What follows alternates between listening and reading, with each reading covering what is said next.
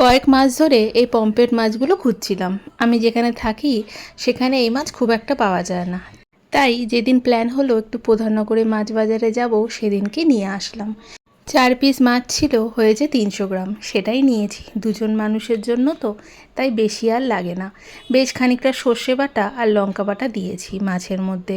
এবার পরিমাণ মতো হলুদ গুঁড়ো দিয়েছি, বেশ খানিকটা সর্ষের তেল, পরিমাণ মতো নুন, আর দিয়েছিলাম অল্প একটু কালো জিরে। সমস্ত কিছু অল্প একটু জল দিয়ে একটা সিটি দিয়ে দেবো। তার সঙ্গে দিয়েছি কয়েকটা চেরা কাঁচা লঙ্কা।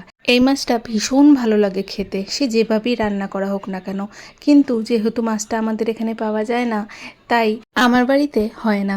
একটা সিটি দিয়েছি, দেখলাম অল্প একটু জলটা বেশি আছে। প্রথমে মাছগুলোকে তুলে রেখে দিয়ে জলটা একটুখানি জ্বালিয়েছি। এবার সেই মাছের মধ্যে ঝোলটা গাঢ় হয়ে গেলে নামিয়ে দিয়ে বেশ খানিকটা সর্ষের তেল দিয়ে গরম গরম পরিবেশন করেছি।